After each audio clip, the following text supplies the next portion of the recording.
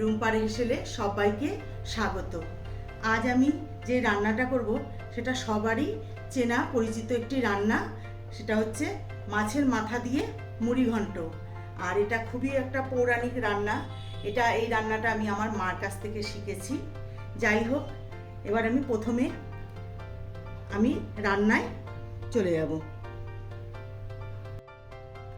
প্রথমে আমি মাছের মাথার মধ্যে নুন আর হলুদ মাখিয়ে নেব। প্রথমে দেব হলুদ, তারপরে লবণ, ভালো করে মাখিয়ে নেব। মাছের মাথায় নুন হলুদ মাখানো হয়ে গেছে। আর এদিকে আমি কড়াই বসিয়ে তেল দিয়ে গরম করে নিয়েছি। প্রথমে আমি মাছের মাথাগুলোকে ভেজে তুলে নেব।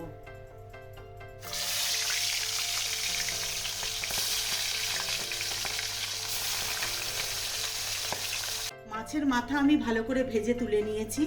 এবার আমি এই তেলের মধ্যে আলু ভেজে নেব। আলুটা কিন্তু অপশনাল, আপনারা চাইলে দিতেও পারেন, নাও দিতে পারেন, কিন্তু আমার মনে হয় আলুটা দিলে একটু ভালো হয়। এবার আমি আলুটাকে লাল করে ভেজে তুলে নেব। আলুটা আমি লাল লাল করে ভেজে তুলে নিয়েছি। আর কড়াইয়ের মধ্যে ওই তেলের মধ্যে আরেকটু তেল দিয়ে দিয়েছি। এবার আমি এর মধ্যে দিয়ে দেবো ফোড়ন, দুটো তেজপাতা, দুটো শুকনো লঙ্কা আর গোটা জিরে। আপনারা চাইলে গোটা গরম মশলাও দিতে পারেন ফোড়নে, কিন্তু আমি দিইনি। আমার গোটা গরম মশলা গন্ধ অতটা বেশি ভালো লাগে না, তাই আমি দিইনি। এবার ফোড়নটাকে একটু নাড়াচাড়া করে নিয়ে আমি এর মধ্যে দিয়ে দেব জিরে আদা বাটা আর শুকনো লঙ্কা দিয়ে একসঙ্গে পেস্ট করে নিয়েছি।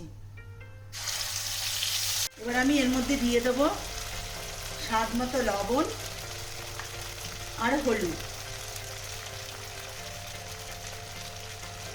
এবার আমি এর মধ্যে দেব কেটে রাখা টমেটো।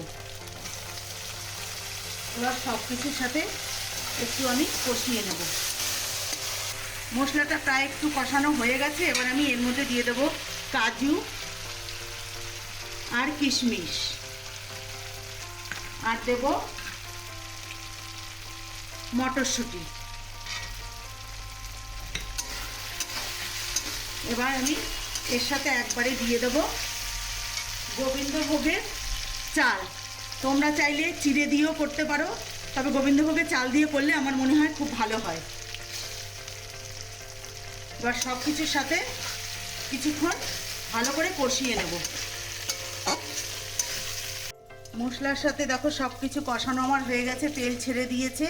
এবার আমি এর মধ্যে ভেজে রাখা মাছের মাথা আর ভেজে রাখা আলু দিয়ে এবার কিছুক্ষণ নাড়াচাড়া করব। নাড়াচাড়া করে তারপরে এর মধ্যে আমি দিয়ে দেব জল। আমি এবার এর মধ্যে দিয়ে দেব জলটা আমি আগে থেকে ফুটিয়ে রেখেছিলাম। ফোটানো জল দিলে স্বাদটা বেশি ভালো হয়।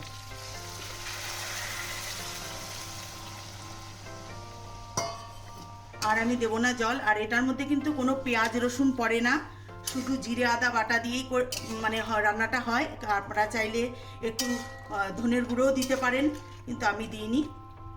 এবার আমি এটাকে ঢেকে কিছুক্ষণ ফুটিয়ে নেব।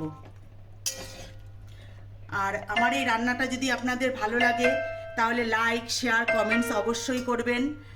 আর আমার চ্যানেলটিকে যারা এখনও সাবস্ক্রাইব করেননি অবশ্যই সাবস্ক্রাইব করে আমার পাশে থাকবেন। আর ফেসবুকের পেজে গিয়ে পেজটিকে ফলো, লাইক অবশ্যই করে দেবেন। এবার আমি ঢাকনাটা দিয়ে ঢেকে কিছুক্ষণ ফুটিয়ে নেব। ঢাকনাটা এবার তুলে নেব।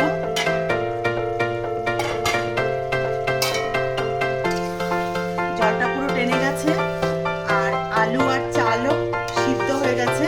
এবার আমি এর মধ্যে কিছু মশলা দেবো। মশলা বলতে দেবো একটু চিনি। চিনিটা অপশনাল, যারা পছন্দ করেন না তারা দেবেন না, কিন্তু যারা পছন্দ করেন তারা অবশ্যই দেবেন, কেননা এই মুড়ি ঘন্টটা একটু মিষ্টি মিষ্টি ভালো লাগে। আর এই রান্নাটা কিন্তু আমরা অনেক অনুষ্ঠান বাড়িতেও খেয়ে থাকি। আর এটা ভীষণই সুস্বাদু একটি রান্না। এবার আমি এর মধ্যে দিয়ে দেবো একটু ঘি।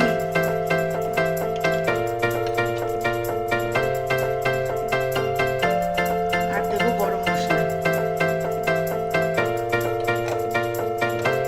এবার দেবো বেটে রাখা গোটা গরম মশলা।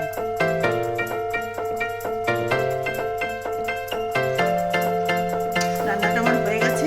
এবার আমি গ্যাসটা বন্ধ করে তারপর নামিয়ে আবার দেখাচ্ছি। রান্নাটি আমার হয়ে গেছে আর পরিবেশনের জন্য একদমই রেডি। আর আপনাদের যদি আমার এই রান্নাটা ভালো লেগে থাকে তাহলে বাড়িতে তৈরি করে নেওয়ার অনুরোধ রইল। অবশ্যই ভালো লাগবে। আর লাইক শেয়ার কমেন্টস করতে একদমই ভুলবেন না। ভিডিওটি এখানেই আমি শেষ করছি। ভালো থাকবেন, সুস্থ থাকবেন।